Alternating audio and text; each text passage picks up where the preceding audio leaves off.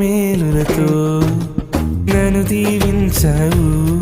నా జీవిత కాలమంతా ఎరిగి ఉన్నావు.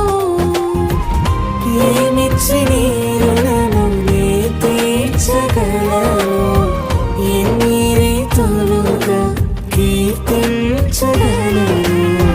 వందనాలు యేసయ్యా, నీకే శతకోటి స్తోత్రాలయా, నీకే